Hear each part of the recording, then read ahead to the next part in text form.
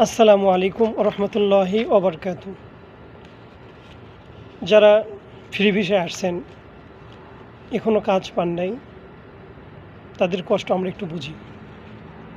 কারণ আমরা যদিও কোম্পানিতে আসছে, আমাদের বেতন কম, আলহামদুলিল্লাহ আমরা অনেক ভালো আছি, এখানে অনেক ভালো আছি, বেতন কম, কোনো সমস্যা নেই।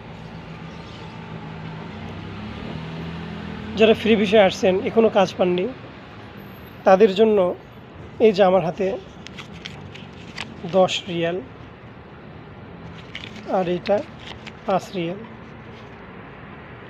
এই 15 টাকা, সৌদি আরবের 15 টাকা। এই টাকা ফ্রি ভিসায় যারা আসছে, কাজ পায় নাই, তাদের জন্য এই টাকাটা কিন্তু অনেক।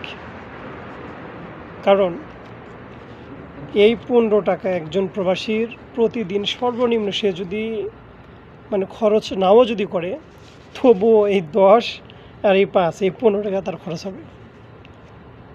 চা কফি আছে, খাওয়া আছে এবং ভাত, এগুলো যদি খাই, একে মাস্ট বি 15 টাকা তার খরচ হবে, এটা ভুল হবে না।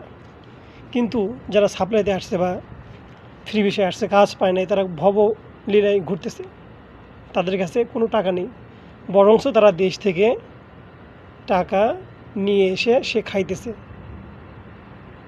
তাদের কাছে এই 15 টাকা অনেক কিছু ভাই, অনেক কিছু। তো আমি বলবো ভাই, সৌদিতে আসেন, থাকবেন, আকামা ঠিক রাখবেন, তাহলে আপনি